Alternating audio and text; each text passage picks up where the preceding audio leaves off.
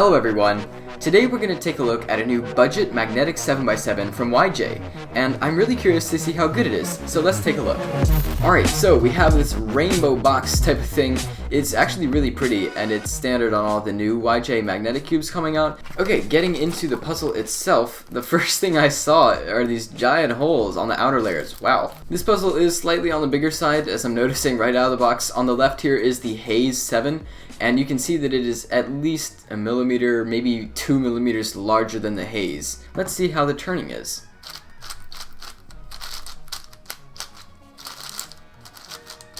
Not bad. Interesting. The inner layers are really smooth, that's nice. And the middle layers, also very nice. Wow.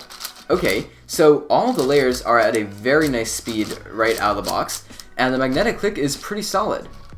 It's nice on the outer layers. It's nice on all the layers, yeah.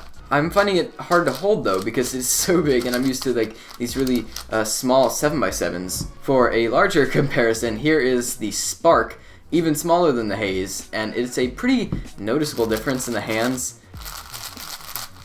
Yeah, this is a lot easier for me to turn, and while the turning quality on this is very nice and it's very smooth, it's like ever so slightly too large and slightly blocky, so it's not quite as pleasant to turn as something like the Spark or even the Haze.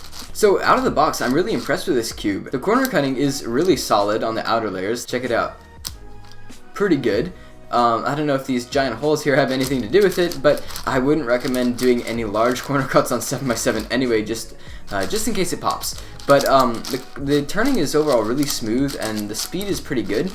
It's just that the corner cutting on like some of these middle layers can't be the greatest because it is slightly blocky, and the turning, you really have to be pretty accurate with your turning. But if you have large hands and you don't mind the large size, you'd probably like the size of this puzzle and you wouldn't find it as a hindrance like I am finding it. But the speed is just awesome. It's not too fast at all. It's like at a perfectly controllable speed. Usually with like budget cubes that I try, they're not that great out of the box. You really need to work on them to make them pretty good. And they're often making large sacrifices in categories that you really need. So like speed, fluidity, corner cutting, things like that. But this has a pretty good mix of all those. It has really good speed out of the box. All the layers have an equal speed. The outer layers aren't just as fast as the inner layers. And the magnets are doing a really good job of keeping the puzzle stable. I must admit, I have not tried any other budget 7x7s, so to get one with magnets for a still reasonable price, I think it's a really good deal. This is not meant to be a top-of-the-line speed cube, but it is very similar in performance to the Moyu 7x7, just it's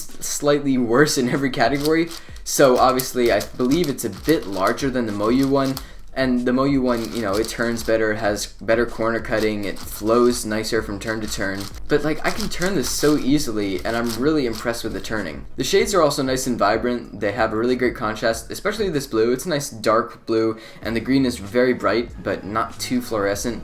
Obviously, the yellow and white is pretty standard, and the red and orange is similar to something you'd see on the Haze. But overall, I'm very impressed with this puzzle out of the box, and really, I think the only hindrance for me is the giant size. While I can't directly test this against the Moyu 7x7 because I don't own one, I do own a Spark, and I think it would be a very interesting comparison from a top-of-the-line speed cube to a mid-to-budget range speed cube that's still magnetic and still pretty good. So let me know in the comments below if you'd like to see a comparison between this cube and the Spark. It's probably one of the better bang for your buck 7x7s you can get out there. If you're really into 7x7, I wouldn't recommend it. I would say definitely go for something like the Moyu because it is slightly cheaper, or if you're like really into it, get the Haze or the Spark. That said, this is still a great option for someone who's just starting with 7x7 if you want to get into it with a slightly cheaper but still pretty good and magnetic 7x7. This is a great option. I would like to give a huge thank you to TheCubicle for sponsoring this video and sending me this new 7x7 to check out. Once again, I don't believe it's out yet, but once it is, there will be a link in the description below so you can buy it from their store. So that's about all I have for this unboxing. Thanks for watching, guys. Bye.